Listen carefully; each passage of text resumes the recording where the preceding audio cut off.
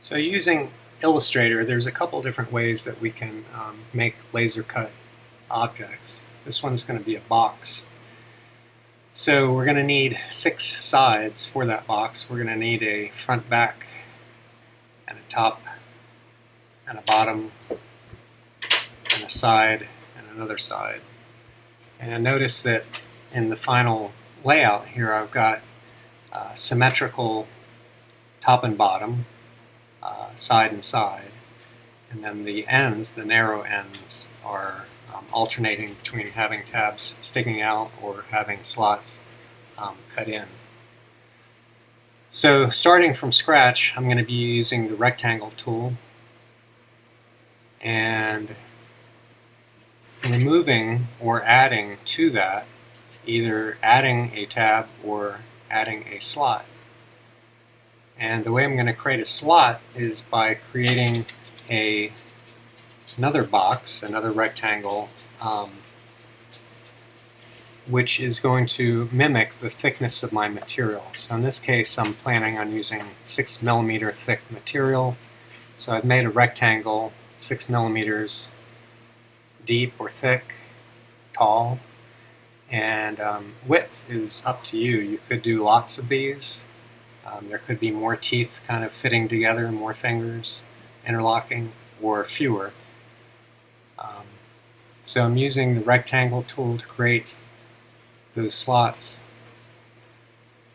And once you've created one the right size, you don't need to keep making them. You can copy and paste them. If you drag holding the Option key, it will copy and paste all at one time. So this one's going to be a slot, and I'm going to copy it over here, but here it's not going to be a slot, it's going to be a tab.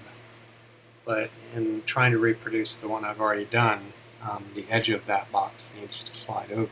So I've got 3 rectangles that are inside the box and 1 outside.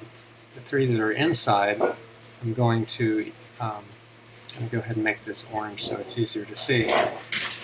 The 3 rectangles that are inside that will become slots, I'm going to select those 3 and use Unite in the Pathfinder tools, and that will unite them into one.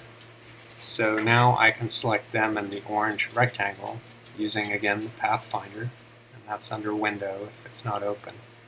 And I'm going to use -front. So those 3 united boxes were in front of the other one, and this tab sticking out is on the outside. I'm going to select it in the box, and that is, again, Unite. So first I did Unite -front, and then I used Unite. So I'm going to make another rectangular side. This is one of the narrow sides. And I'm going to, again, make a template, a rectangular template, and change the color to make it easier to see. And this one is going to end up being a slot, so it's going to be on the inside of the rectangle. And here we go, reproducing it and getting it lined up and getting that color to be the same there. So now I have these 2, and I'm going to select them both and use the Pathfinder tool and Unite to put them together into one. And then I'm going to select them and the orange rectangle, and I'm going to choose -front, thereby removing them from that rectangle. So again, it's either going to be Unite to put them together or -front to remove them. So depending on whether they're going to be a slot or a tab. So again, these should work both as slots and tabs. They have to be the same size. And again, remember, the thickness is the thickness of your material. So if I'm using cardboard or plywood 6mm thick, this is just the right size. So in making, again, a narrow side for the box, I'm going to here make another rectangle, and this one, instead of removing tabs from the inside, removing rectangles from the inside to create slots, I'm going to be adding rectangles to the outside to make tabs. And those tabs will fit into the opposing slots. So I'm selecting those 3 rectangles and unite to make them into one. So basically, now that I have both sides, looking at the top and bottom of the box, they're going to be similar to that one narrow side. So rather than starting from scratch, I can just go ahead and copy and paste that one down below. And I'm rotating it with the Shift key held down, and that's going to ensure that it rotates. First it's 45 degrees and then exactly 90 degrees. You need it to be perfectly perpendicular or at a right angle. So this one has 2 tabs, top and bottom, and then another set of tabs on the end. I haven't made the slots for those yet on the orange rectangle above it, but again, I'm going to modify the existing piece that I have already to turn it into the next piece that I need, and so on. Another way to do this is to cut deeper slots in opposing pieces, and this would be, instead of joining an object and closing it on the edge, this would be to have 2 intersecting planes. So in this case, I have a circle which is going to intersect another circle and be held up by a foot so that it stands up and doesn't roll. If I wanted it to roll, it would not have a foot. So I'm going to be starting with the circle and creating a circle. To make the ellipse tool turn into a circle, you have to hold the Shift key down. If you want to draw from the center of the circle, you want to hold down the Option key as well. So Shift and Option will draw from the center. And then I'm switching to a rectangle. And that rectangle, again, is going to be, under the Properties window, it's going to be 6 millimeters thick. And that is going to be centered in both directions. It's going to be in the center of the circle, going out. I'm going to change the color to make it easier to see. So I'm going to select both that rectangle and the circle that it's on top of. And using the Pathfinder tool, I'm going to do minus front and remove that rectangle from the back circle, making a slot. So I'm going to be making 2 of these, so I'm just going to copy and paste this one, again holding Option while dragging. And one of them needs to have a foot to hold the object up in that direction. Go ahead and create a foot using the ellipse tool. And the ellipse tool, again, if you hold Shift down, it's going to make a circle, but if I just hold the Option key down, it's going to draw from the center, making it easier to line up. And then I'm going to zoom in here and create a rectangle, and the rectangle I'm going to use by placing it in front of that ellipse. I'm going to select both, and using, again, the Pathfinder tools, I'm going to use minus front and use that rectangle to chop the ellipse in half, top to bottom, to give it a flat base. Now I need to create slots in the 2 objects to get them to fit together. So this foot is going to be the free one, the separate one, not attached to the circle.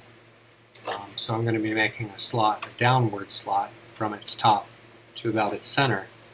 I'm going to change the view here to outline view so that I can see how they interact better, and because you can see through them and just see their edges. Again, this is the outline view instead of preview view. And I'm going to make a rectangle as I have before, and it's going to be 6 millimeters wide, because that is going to be the thickness of the material we're using. And I'm going to place it such that it is more or less centered, well centered left to right, but centered top to bottom on the foot. This then will create the slot in the circle, and I'm going to put it in front and use minus front to subtract that rectangle from the background circle. Now I need a slot in the foot that will fit into that slot in the circle. So I'm going to be making one again 6 millimeters wide, and it is going to be positioned such that it will cut down to where the slot in the circle is. And so that's just above that one. So again, I'm going to select both the rectangle and the foot, the half ellipse. And I'm going to use the Pathfinder tool and again minus front to remove that. So now I have a slot in the circle, and I need to make now a slot in the foot that corresponds to that slot. So they meet up and interlock. So I'm making another rectangle, and again it's going to be 6 millimeters wide, and it has to stop where the slot in the circle stops, so that they match up. So again, using Pathfinder tools, I will remove front, minus front, and make a slot in the foot that corresponds to the slot in the circle. So now I need a fixed foot, one that is attached to the circle. I'm going to go ahead and switch views. I'm going to switch the view from the outline view to the preview mode, and I'm going to go ahead and now create a fixed foot, and I'm going to copy basically the one that I have that's free. And again, starting with the ellipse tool, drawing from center, that's holding Option down, switching to the rectangle tool, placing the rectangle over half of the ellipse, using the Pathfinder to do minus front, and then moving that foot into position, centering it with the circle. And that slot that I cut out of the circle, I could have waited and cut the slot at the same time as making the foot. I could have done both, basically in a different order, but I'm going to go ahead and take that slot and recreate it by making a rectangle, and that is going to be in front of the foot, so that's going to be the Pathfinder minus front. Into position there, again 6 millimeters wide, and select both, minus front, and then I'm going to select the fixed foot, back to the preview mode, and select the fixed foot and the circle, and use the Pathfinder Unite to put those two together. And so now I have a circle that's free, one that's attached to a foot, and then the free foot, and that is going to plug into that in a perpendicular fashion and hold them together and keep it from falling. I'm going to go ahead and position that for cutting purposes. I'm going to go ahead and line everything up so that it takes as little space as possible. That was true in the arrangement of the other as well.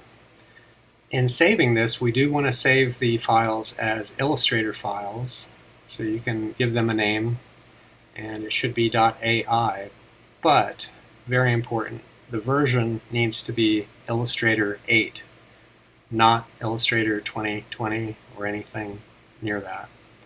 So it has to be way back to Illustrator 8, that was from the 1990s. So this file as well, I'm going to save it again, change the name here and save it as an Illustrator file. And again, not Illustrator 2020, but Illustrator 8. That's in that second dialog box. You get a chance to change that.